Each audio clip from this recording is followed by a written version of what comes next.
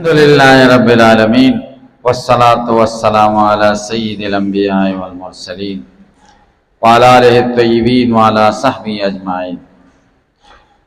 أما بعد بسم الله الرحمن الرحيم كم زيو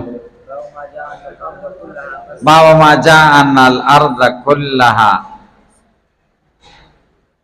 مسجد إلا المقبرة والحمام باب ته په بیان د دې کې چې راغلي دي چې ځمکه ټوله جومات ته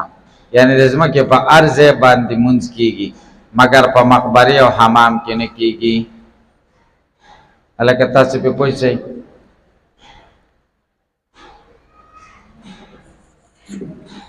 په مقبرې او حمام کې نه کېږي.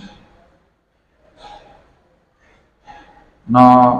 دا داسې باب داسې الفاظ باندې منعقد کړ چې حدیث کې کوم الفاظ راغلي. حمام کې نه کېږي ځکه هغه د انجاسو ځای دی، او په مقبره کې نه کېږي ځکه د غیر الله د عبادت سره مشابهت راځي. که یو سړی مقبره کې مونځ وکړي او قبر مخامخ او نیت د تعظیم د قبر نه وي نو دا حرام دی خو خیر دی، مکروه دی خو جایز دی. او که نیت یې پکې د تعظیم نو بیا شرک دی.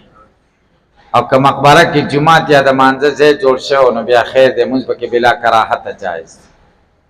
او حمام خو د پلیتۍ او د بربنډتوب ځای دی، جامې پکې خلک وباسي او لامبي پکې نو هغه ته مونځ ګنجایش ځکه نشته. بسم الله الرحمن الرحيم وبه قال حدثنا ابي عمر وعمار الحسين بن قريش قال حدثنا عبد العزيز بن محمد عن عمرو بن يحيى عن ابي سعيد الخدري رضي الله عنه قال قال رسول الله صلى الله عليه وسلم الارض كلها مسجد الا المقبره والحمام وفي الله عن علي الارض كلها زمکه ټوله مسجد دی، مقبره او حمام نه دی. وفي الله عن علي وعبد الله بن عمرو وابي هريره وجابر بن عباس وحذيفه وانس وابي امامه وابي ذر رضي الله عنه قالوا ان النبي صلى الله عليه وسلم قال جعلت للارض كلها مسجدا وطهورا. زمکه ټول ماته جمعه تم ګرځول شوی دی او طهور صفایم چې کوم ځای باندې تیمم کې کیږي. الله قال ابو عيسى حديث ابي سعيد رضي الله عنه قد روي عن عبد العزيز بن محمد روايتين منهم من ذكره عن ابي سعيد رضي الله عنه ومنهم من لم يذكره وهذا حديث في اضطراب رواه سفيان الثوري عن عمرو بن يحيى عن ابي ګورئ حدیث د ابو سعید عبدالعزیز ابن محمد نه دوه روایتین، یو هغه چې ذکر کړی نبی سعید او بلکې دا دی چې دای نه دی ذکر کړی، ابو سعید پکې نه دی ذکر کړی، عبدالعزیز ډایرکټ روایت کړی. نو په دې حدیث کې استیراب دی، مسترب دی. تاسو په پوه شئ.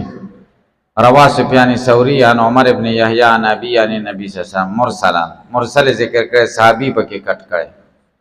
وروا حماد ابن سلمان عمرو ابن یحیی عن ابي عن ابي سعید عن النبي صلی الله علیه وسلم نو مرفوع ذکر کړی. وروا محمد ابن اسحاق عن عمرو ابن یحیی عن ابي قال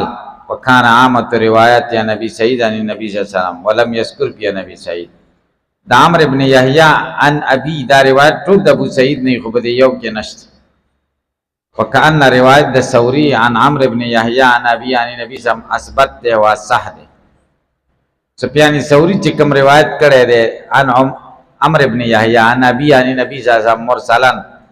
دا صحیح ده، صحابي پکې کټ کړی، دا صحیح سند ده. باب ما جاء په پس د بنیان المسجد، باب د بیان دا غي کې چراغلی دي په فضیلت د آبادی د جمعات کې. الله وبه قال حدثنا منذر قال حدثنا ابو بكر الحنفي قال حدثنا ابو الحميد بن جعفر عن ابي عن محمود بن لبيد عن عثمان بن عفان رضي الله عنه قال سمعت رسول الله صلى الله عليه وسلم يقول من بنى لله مسجدا بنى الله له مثله في الجنه. چا چې جوړ کړه الله د پاره جمعات، الله به جوړ کړي د لپاره مثل په جنت کې، دا غي مثل به ورته خدای په جنت کې جوړ کړي.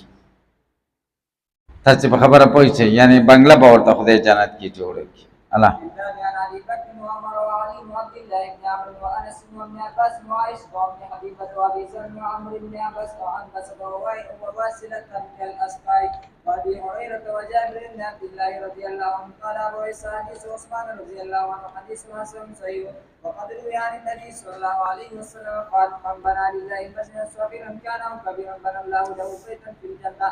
چا چې جماعت جوړ ک کور کوټه او کغټو الله تعالی به د تفکر په جنت کې جوړ کی الله. قال حدثنا لذلك قتيبة بن سعيد قال حدثنا ابن بن قيس عن عبد الرحمن مولى قيس عن زياد بن عبيد عن انس رضي الله عنه عن النبي صلى الله عليه وسلم بهذا ومحمود بن لبيد قد ادرك النبي صلى الله عليه وسلم ومحمود بن الربيع قد ادرك النبي صلى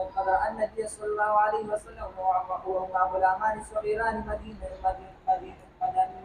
باب ما جاء بكراهية ان يتخذ على القبر مسجدا. باب د بیان د کراهیت د دې خبره چې جوړ کی په قبر جمعات جوړ کی دا خانه ده الله. قال حدثنا قتيبة قال حدثنا عبد الوارث بن سعيد عن محمود بن جحادة عن ابي صالح عن ابي عن ابن عباس رضي الله عنهما قال لعن رسول الله صلى الله عليه وسلم زائرات القبور والمتخذين عليها المساجد والسروج. لعنت کړه نبی کریم صلی الله علیه وسلم پاغه خزو چې زیارتونو لذي والمتخذین علیها او پاغه سړو چې نیون کې دی په دې جمعتونو جوړون کې دی په دې مقبرو وسروج او دیوی پکې بلای خزي زیارت لذي نو خدای په لعنت نبی علیہ السلام په لعنت الګا د خزو زیارت ته تک څنګه ده. اول زیارت باول وخت د اسلام کې د خزو زیارت ته تک ناجایز و. دا حدیث دا غي اول وخت سره تعلق لري. لعن رسول الله صلی الله علیه وسلم زائرات القبور. بیا رسته اجازه ته د حضرت بریده رضی الله عنه روایت ده. كنت نهیتکم عن زیارت القبور فزوروها. نبی علیہ السلام وی تاسو ما د زیارت نه منې کولې و زیارت ته ځئ فإنها تذکر الآخرة وتزهد عن الدنیا. دنیا سره سره به رغبت کوي آخرت سره سړي سوچ پیدا کوي. په زوروها دا امر شامل دی رجال او نساء دواړو. خزو ته هم د زیارت تک جایز دی صحیح ده په مشروط دی په درې شرطونو. یو شرط دا چې مقبره کور سره نږدې سفر ورته نه. دویم دا چې د امر خپلوانی محارم پلاری روري خاوندي زوی موري پلاری دسی بس. او دریم دا چې هيئت اجتماعي سره بنځي غنې خاصه چې غنې لاړې چې نو ته فساد کی یو بلاړ شي پلار قبر ته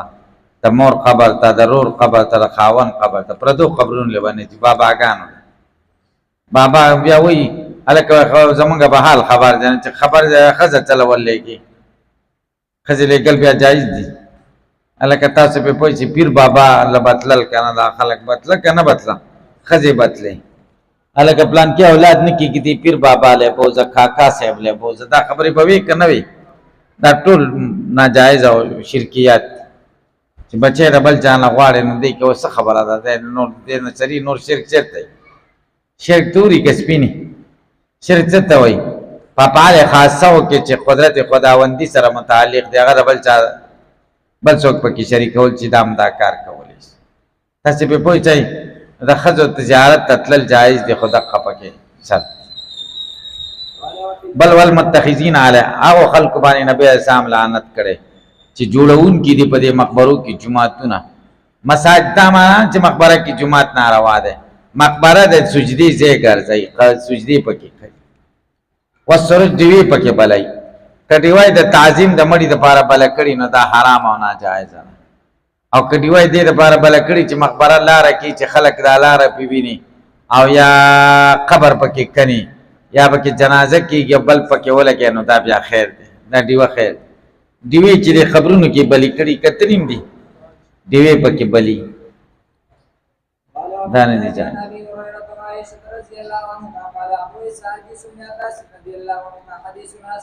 باو ما جا په نوم په مسجد جمعات کې خوب نه دی جایز مسافر لپاره جایز دی چې مسافر طالب العلم یا تبلیغ کې راغلی او دیو نه د کور والا ولک چې کم کور خلک کې غیل نه دي جایز او چې چا ضرورت دي زیرو نیت د اعتکاف وکړي جمعات کې بیا پکې ډډه واچوي نو خیر هلکه پې پوه شي. موږ یو مدرسه کې مدرسینو نو هغه مدرسې سره جمعات و موږ سره یو ملګری مدرس و ډېر بزرګ سړی اوس افغانستان ته تللی ډېر لوی ولي الله و به موږ سره میلاو شو یو لس شل منټه دلته به ګپ لکړی راغی موږ له به ډېره فایده ورسي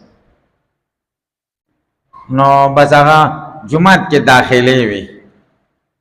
داخلې محتمم صاحب جمعات کې ناستو کاوه یې راوړه به ده ونسکله موږ ډېر زور وکړی نه زه یې نسکم طبیعت ته مې بیا وروسته موږ له ویلې ده تاسو څه وکړه وایي جمعات کې چای څښل جایز دي څه جمعات کې چای نه څښه وایي جمعات کې چای څښل نه دي جایز تاسو په خدای یقین وکړئ چې داسې نو بیا بل ملګري ورته ویل یاره موږ د اعتکاف نیت کړی و بیا ویلې هسې ګپ مې ورسره لګوی اعتکاف ته زموږ خیال هم نه و بیا ویلې زه صحیح ده نو چې اعتکاف نیت وکړې نو ټیک ده اعتکاف وایي که نه دا خو مظنون اعتکاف نه دی مستحب اعتکاف نو خوب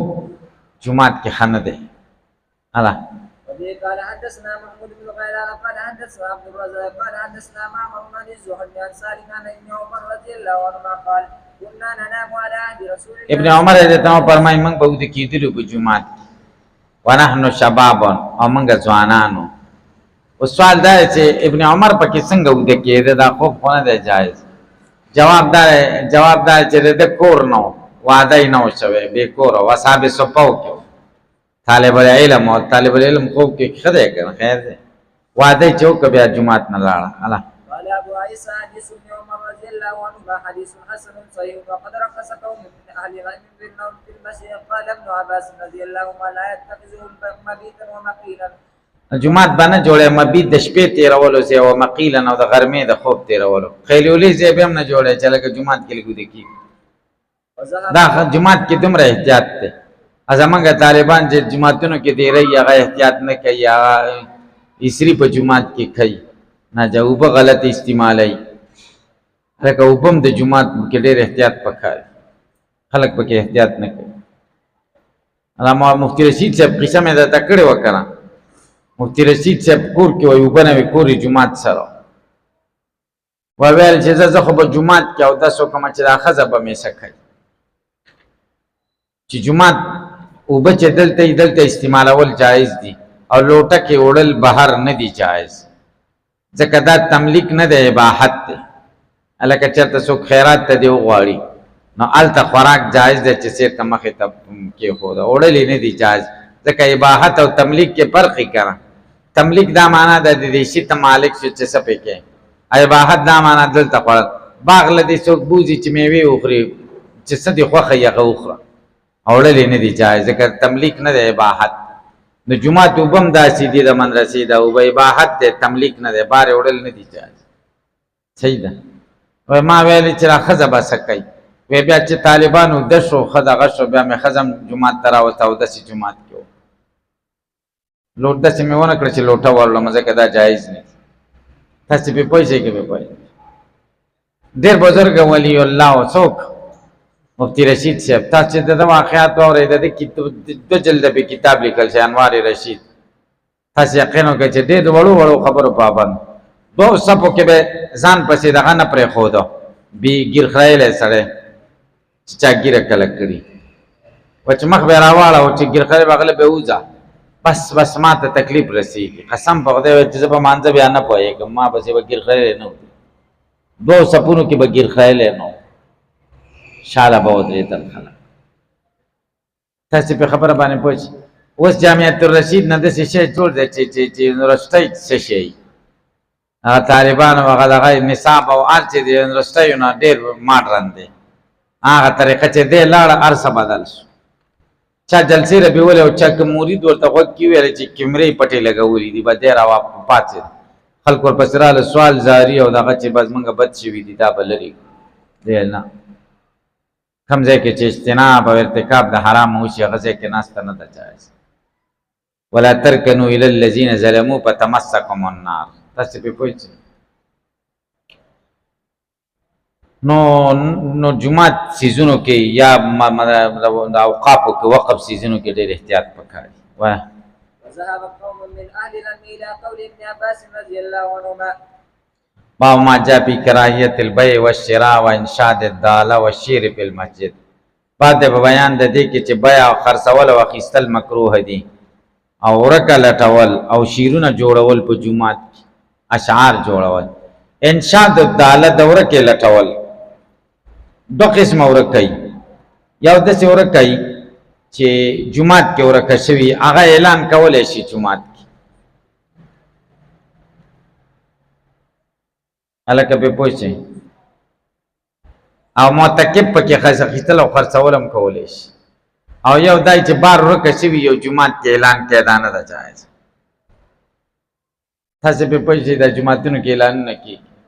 وای دا حدیث کې دي چې لا رد الله علیک دا به خدای دې ته نه پیدا په پوښتنه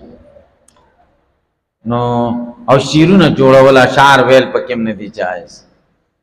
یا اعتراض ده چې حسن ابن ثابت خو بشیر ویل نبی اسلام په منبر کې جواب دار چې نعت شریف د نبی اسلام صفتی بکی یا د اسلام د دفاع نظمونه دا خیر ده هغه شعر چا د خزو سی ذکر بکی یا تفاخر بالآبا والانصاب دا نه دي جایز. وبه قال حدثنا ابو ذر قال حدثنا الله سبحانه بن عجلان عن عمرو بن شعيب عن ابي عن جدي عن رسول الله صلى الله عليه وسلم انه نهى عن تناشد الاشعار في المسجد وعن البيع والشراء فيه والى التخلف بيع او شراء په جمعات کې منع کړی دا او يتحلق الناس في يوم الجمعه قبل الصلاه. جمعه پر د منظر امر کې خلق حلقي جوړي کې حلقه دم بنده ده جمعات کې بدانه کې صحیح ده کا دا ځکه چې خلکو د معنی خلق به اوړي راوړي در باندې او د خطبه د پاره معنی د حلقې باندې جوړه بس سپونو کې نه الله. وفي الباب عن بريدة وجابر وأنس رضي الله عنه قال أبو عيسى حديث عبد الله بن عمرو بن العاص رضي الله عنهما حديث حسن وعمرو بن شعيب وابن محمد بن عبد الله بن عمرو بن شعيب عن أبي عن جدي دا سوکته عمرو بن شعيب ابن محمد ابن عبد الله ابن عمر ابن العاص الکه په پوه شئ عمرو ابن شعيب عن أبيه محمد دی او عن جده جد سوق دی عبد الله ابن عمرو ابن العاص الکه په پوه نشي. ها قال محمد بن اسماعيل رايت احمد واسحاق وذكر غيرهما يحتجون بحديث عمرو بن شعيب قال محمد وقد سمع شعيب بن محمد بن عبد الله بن عمرو رضي الله عنهما قال ابو عيسى ومن تكلم في حديث عمرو بن شعيب وانما ضعفه لانه يحدث عن صحيفه دا عمرو بن شعيب چې چا تذیب کړی دی دیو جنې کړی دی چې دا به حدیث بیانول دا صحیفه د نیکنه د عبد الله ابن عمرو ابن العاص د صحیفه وا یرموک جنگ کې صحیفه نیولې و کتاب نیولې دا کړه اسرائیلیات پکې و واځي خبره به دا غي نه کول کان عمر او انه لم يسمع ذل حدیث من جدي گویا کې د خلکو دا خیالو چې د عمرو ابن شعيب د نیکه نه حدیث نه دی اوریدلی بلکې دا د صحیفه نم کوي او وای چوریدلی میتی دي. واه قال علي بن عبد الله وذكر عن يحيى بن سعيد انه قال حديث عمرو بن شعيب عندنا روايه وقد كره قوم من اهل العلم البيع والشراء في المسجد وبه يقول احمد واسحاق وقد روي عن بعض اهل العلم من التابعين رخصه في البيع والشراء في المسجد وقد روي عن النبي صلى الله عليه وسلم في غير حديث رخصه في انشاد الشعار في المسجد. نبی اسلام نه رخصت ثابت ته بشیر جوړول او ویلو کې په دغه کې جمعه پاما جا په مسجد الذي وسس على التقوى باب د بیان دغه جمعه کې چې بنیاد په تقوا یې خیره مسجد قباء ده خو دې حدیث کې دا ویل دي چې دا مسجد نبوي ده ولې ځکه مسجد قباء کې چې کوم صفات دي هغه اعلی طریقې سره مسجد نبوي کې هغه من باب الاعلى ثابت ده. الله قال حدثنا قتيبة قال حدثنا حاتم بن اسماعيل عن انس بن ابي يحيى عن ابيه عن ابي سعيد الخدري رضي الله عنه قال ان ترى رجل من بني خزرة ورجل من بني عمرو بن عوف في المسجد الذي اسس على التقوى دو سره جګړه شو یا د بني خضرت قبيله او بل سره د بني عمرو ابن عوف په مسجد الذي اسس چې هغه جمعه کې اسس چې بنیاد په تقوا قرآن کې خدای یو لسمه ده کله سمه بارک ویل لمسجدن اسس على التقوى من اول يوم احق ان تقوم فيه رجال يحبون ان يتطهروا والله يحب المتطهرين. فقال الخدري دا مسجد رسول الله صلی الله علیه وسلم وقال الاخر دا مسجد قباء ده فاتیا رسول الله صلی الله علیه وسلم فذلك نبی علیہ السلام ته هو هذا یعنی مسجدی وفي ذلك خير كثير دي زمان جمعات کې نبی علیہ السلام ته خیر کثیر الګا آیت خو نازل شوی مسجد قباء بارکه چې نبی علیہ السلام ته بیا تاسو کې چې خدای تاسو صفت کوي چې پاکي کوي تاسو څه کوي وای لوټو نه بعد بیا استنجا بالماء کو خدا مسجد نبوي خدا غینه غره دی نو دا مسجد تقوا شو اس سالت قال بزاز حديث حسن حدثنا ابو بكر بن عبد الله قال سالت يحيى بن سعيد محمد بن يحيى الاسمي فقال لم يكن به باس واخوه ونيس بن يحيى اثبت منه باب ما جاء في الصلاه في مسجد قباء مسجد قباء کې منځ کول څه فضیلت لري الله قال حدثنا محمد بن علاء ابو كريم وسفيان بن وكيع قال حدثنا ابو اسامه عن عبد الحميد بن جعفر قال حدثنا ابو الابرد مولى بني خطمة انه سمع سيد بن زهير الانصاري رضي الله عنهما وكان من اصحاب النبي صلى الله عليه وسلم يحدث عن النبي صلى الله عليه وسلم قال الصلاه في مسجد قباء كعمره په مسجد قباء کې مونږ د سیدې لکه عمره چې سړیو دا نبی علیہ السلام ته خلق راغله صحابه کرام هجرت نه وروسته چې مونږ خو ډېر نقصان وکړو هلته خلک عمرې کوي طوافونه کوي مونږ دلته رالو نه عمرې لتلی شو نه طواف نبی علیہ السلام ته وحی په ذریعه معلومه شوه دا جواب یې ورکړ چې تاسو مسجد قباء ته کې 2 رکعاته مونځ وکئ او 10 کور کې وکئ او بیا لاړ شئ 2 رکعاته مونځ وکئ داسې درکه عمره هم چې دا حدیث هلته لیکل شوی مسجد قباء مخامخ منبر محراب باندې لیکل شوی چې مسجد قباء کې مونږ داسې دی لکه عمره هلکه پرې پوه شئ هلته یو سپین ږیری عالم و 40 کاله په مدینه منوره کې تیر کړي موږ ورسره ملاقات وکړو چا په واسطه تبلیغ کار یې کاوه او دعوت خلک به مخکې به ورته ډېر کسان کېناسته بیا موږ له ځای وښود وایي سبا له دې ځای له راشئ 2 کسه به ورته 2 به ورسره ملاقات کوو او 2 ترماسه چای به یې ځان سره راوړو کاوه دا به پرته وه چې څوک به راته بیا چې بسکټ مسکټ به هم ورسره ډبي کې پراته وو مېلمنو ته مسجد نبوي ته بیداره وو موږ ورسره چې ملاقات وکړو ډېر خوشحاله شو بیا یې ویلې چې زیارت په ورځ باندې موږ له دلته علماو له ډوډۍ کوي او شیخ دی د عربو مالداره تاسې به راسره ځئ ما ورته ویل زه خو مریض یم زما داسې تبه وه زخام ومه وایي که زه پیر په ورځ په هفته کې 2 ورځې ډوډۍ کوي مل صحیح ده پیر په ورځ ورسره بیا ماسخوتن مونځ هم چې وکړ لاندې کوز شو هغه ګاډي کې بوتلو یو ځای ته او دا مسجد نبوي امامان هم بعضې پکې وو ډېره زبردسته ډوډۍ وه هغوی به 5 منټه بیان کاوه ډېر ښایسته مجلس نوراني یو بیان وکړه د مې عالم و ډېر مې خوښ شو هغه له مې ویلې ملېره دا خو مې ډېر خوښ شو دا ډېر الله والا راته ښکاري ډېر نوراني سړی و سور رومال یې په سر اچولی نو هغه ویل بیا وروسته دې ورسره میلاوم وروسته هغه راغی د سره میلاو شه د سپین ږیري سره ده ورته عربۍ کې ویلې دا پاکستان نه راغلي دی او هلته مدرسه ده او درس کوي ستاسو ډېر توصیف یې وکړو که نه نو بس هغه ویل د کوم ځای دی د افغانستان سړی ډېر خوشحاله چې به دې تندي زه خپل کړم که نه ډېر مینه محبت یې وکړو هلته دا تندي خپلول رواج دی د لاسونو خپلول ډېر رواج نه دی عربو کې دا تندي خپلول ډېر رواج نو بیا هغه ډوډۍ مو خوړله که نه او ډېره زبردسته ډوډۍ وه لاندې ځای و غوټ ځای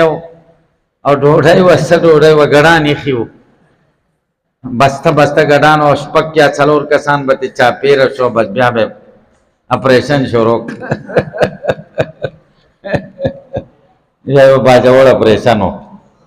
بس بیا به بس موږ چې کوم دی چاول ورننوتلو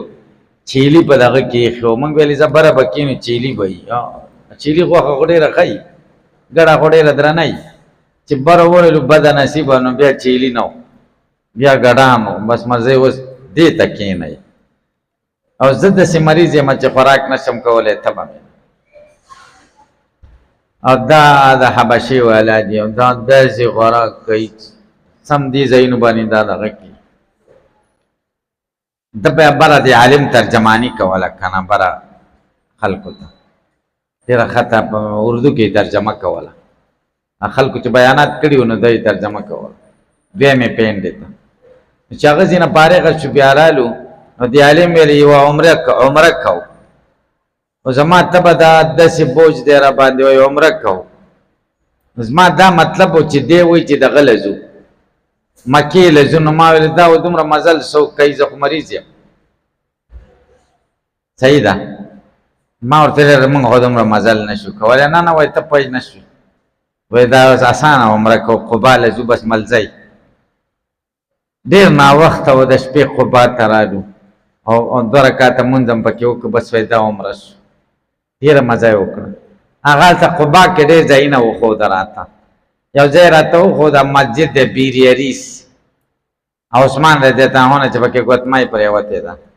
او نبی علیه السلام به ناست و خپې به یې پکې ځوړندې کړې وي ابوبکر صدیق او عمر به ورسره ناست و خپې به یې پکې د ګرمۍ نه ځوړندې کړې وي بیریریس ورته وایي بیر عثمان بیر خاتم ورته وایي ګوتمۍ پکې د عثمان رضی الله عنه پټه شوې هغه داسې د ځای دی داسې نښې دي پې بس حقه دی بس وایي دا دی هغه ډېر معلومات وته نو قبا کې 2 رکعته مونځ کول څنګه دي د یوې عمره ثواب دی الله وفي الباب عن سهل بن حنيف رضي الله عنه قال حديث سيد رضي الله عنه حديث حسن قريب لا نعرف لسيد بن زهير شيئا يصح غير هذا الحديث ولا نعرف الا من حديث ابي اسامه عن عبد الحميد بن جعفر وابو ابرد اسمه زياد بن مديني باب ما جاء في اي المساجد افضل جمعتونو کې کم یو جمعات غوړه ده وای قال حدثنا الانصاري قال حدثنا معمر قال حدثنا مالك وقال حدثنا قتيبة عن مالك عن زيد بن رباح عن عبيد الله بن ابي عبد الله الاغر عن ابي عبد الله الاغر عن ابي هريرة رضي الله عنه ان رسول الله صلى الله عليه وسلم قال صلاة في مسجد هذا خير من 1000 صلاة منځ په زما په دې جمعات کې غوړه ده د زرو منځونو نه په ما سوا ده دینا الا المسجد الحرام مگر په مسجد حرام کې نه داغه کاری کې منځ زما د جمعات نه غوړه ده د نبی علیہ السلام جمعات کې منځ مسجد نبوي کې یو پسو ده صحیح روایت دا بخاری شریف روایت هم دی او د مسلم چې یو منځ په مسجد نبوي کې د زرو منځونو عمره په ثواب کې برابر دی او مسجد نبوي کې چې کومه دروازه ده په دروازه هم دا لیکلي دي دا حدیث په لیکلی دی باب ابي بکر خدای ابن ماجه یو روایت دی چې یو منځ په مسجد نبوي کې د 50,000 عمره ثواب لري سندن دا حدیث ضعیف دی او عرب خو سند ته ډېر اعتبار ورکوي لہذا د 50,000 منځونو والا روایت نه ذکر کوي خوی سندن دا دی او فضیلت پاغه کې د 50,000 خو سوال دا دی چې د جمعات کې خو ډېر توسیعات شوي دي نبی علیہ السلام خوی پی مسجدی هازا دلته اسم او اشاره دواړه یو ځای شوي مسجدی اسم شو تسمیه شو او هازا اشاره شو نو کم ځای کې چې قاضی عیاض په الشفا کې وایي الشفا بتعریف حقوق المصطفی د قاضی عیاض مالکی کتاب ده بهترین هغه وایي چې کم ځای کې تسمیه او اسم اشاره یو ځای شي هلته تخصیص نه مراد بس کم ځای ته چې جمعات ویل کېږي هغه مراد نو جمعات خو چې څومره توسیعات پکې شوي ټولو ته مسجد نبوي هر ځای کې چې منځ وشو تر دې پورې چې امام مالک رحمه الله نه دا منقول دي که دا جمعات مسجد نبوي ذوالحلیفې ته ورسېږي هم دغه فضیلت دی پکې چې څوک پکې منځ وکړي خو غوره دا ده چې سړی کوشش وکړي چې هغه ځای کې منځ وکړي چې د نبي کریم صلی الله علیه وسلم او صحابو په وخت کې کم جمعات هغه هلته لیکلي دي داسې بره شنه پټه لګېدلې هذا حد مسجد النبي صلی الله علیه وسلم دا پې لیکلي دا حد د مسجد د نبی کریم صلی عوام د عام خلک د دې نه نه دي خبر کوشش دا پکاري چې په مغه ځای کې سړی مونږ وکړي که بار وشي خیر دی فضیلت پکې شته خو هغه مبارک ځای دی چې د صحابه کرام او د نبی علیه السلام مخونه او چهرې هلته سجدې باندې لګېدلي دي قال ابو عيسى ولم يذكر قتيبة في حديث عن عبيد الله وانما ذكر عن زيد بن رباح عن ابي عبد الله الاغر قال هذا حديث حسن صحيح وابو عبد الله الاغر اسمه سلمان وقد روي عن ابي هريرة رضي الله عنه من خير وجه عن النبي صلى الله عليه وسلم وفي الباب عن عدي وميمونة وابي سعيد وجبير بن مطعم وعبد الله بن الزبير وابن عمر وابي ذر رضي الله عنه وبه قال حدثنا ابن ابي عمر قال حدثنا سفيان بن عيينة عن عبد الملك بن عمير عن قزعة عن ابي سعيد الخدري رضي الله عنه قال قال رسول الله صلى الله عليه وسلم لا تشد الرحال إلا إلى 3 مساجد لا تشد الرحال، بارونه باندې تړل کیږي، الا الى ثلاث، بارونه باندې تړل کیږي. سړی چې چرته سفر کوي نو سامان د سفر تړي کنه ځان سره، او ساروین تړي، مطلب دا چې ځان سره روان کی. بارونه په څارو نه تړل کیږي چې سفر سره وکي، الا الى 3 مساجد، مگر 3 جمعتون ته، مسجد الحرام او مسجدی هاذا زما دا جمعت او مسجد اقصا. د 3 جمعتون ته ثواب د پاره سړی دغه کولې شي سفر، او بل جمعت ته د ثواب د پاره سفر نشي کول. هغه پلان کی جمعت کې د جمعې منځ کوم دې کې ډېر ثواب ده، دانه د جایزه ټول جمعتونه ثواب کې یو شان. الکه تاسو په پوښتنه کې په پوښتنه نشي، ټول جمعتونه ثواب کې سړي او کوای پلان کې عالم لجمع منزل زما غسر به ملاقات وکمنو بیا خیر دی، دې نیت باندې باندې چالت ثواب دی. الکه د عوام باز قمقلی شاه صاحب زیل زیدا طالبان یا بل زیل دا خکای الته د لاړ شي سبا ووري مجلس کې به شریک شي، باز قمقلی عوام ځان سره بوزي، او عوام خو چې کوم دی هغه خو به دې نه پويږي، هغه وایي چې دلته منګه جنو دلته به ثواب زیات، ثواب خو زیات نه دی کنه. نو عوام په یول پکار دی. ګورای عوام چې بیا د سيزینو بیا وایي الته ثواب ډېر دی، ولا ډېر ثواب مې وګاټ، پلان کې ځای کې مې منځو کو، پلان کې ځای ته تللی وم. نو د عوام په یوي چې مون دلته ولته یو شان دی، څه بدلون پکې نشته، څه فرق پکې نشته. البته دلته مونږ راځو چې سجده کو یا یو مجلس کې شریک شو، دقه نیت هم دی، یا د سره ملاقات د عالم سره وکړو. داسې عوام په یول پکار. شد رحال د دې 3 جماعتونو نه علاوه بل ځای ته نه دی جایز. یا لکه روضه مقدسه د نبی علیہ السلام ته سفر پڅنګ دی چې د روضه نیت سره وکړي، دا جایز دی کنه دی جایز. شیخ الاسلام حافظ ابن تیمیه رحمه الله د مرګري سختۍ سره ممانعت کوي، او دې باندې ډېر مصیبتونه او ډېر جیلونه په دې مسله کې تیر کړي. هغه وایي د روضه نیت نه دی پکار، ځکه هغه حدیث کې راغلی چې لا تشدو، کتاب په دې لیکل دی شد الرحال په دې حدیث باندې.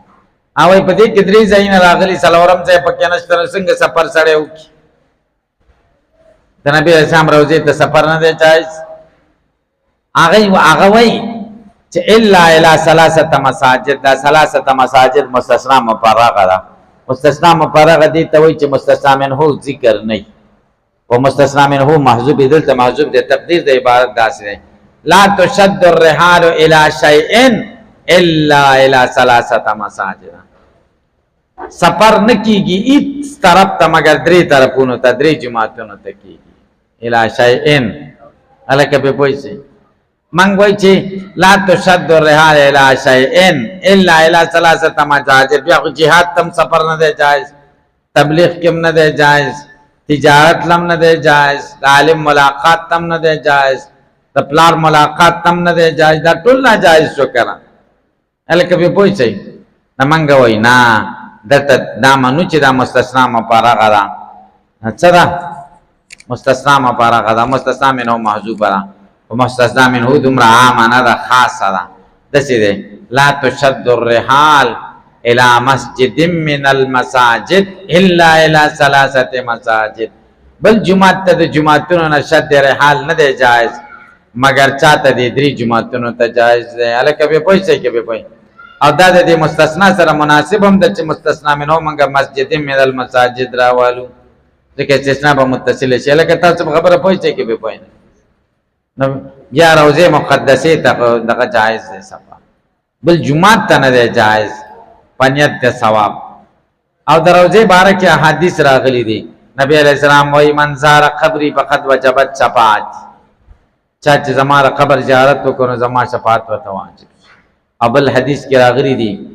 چې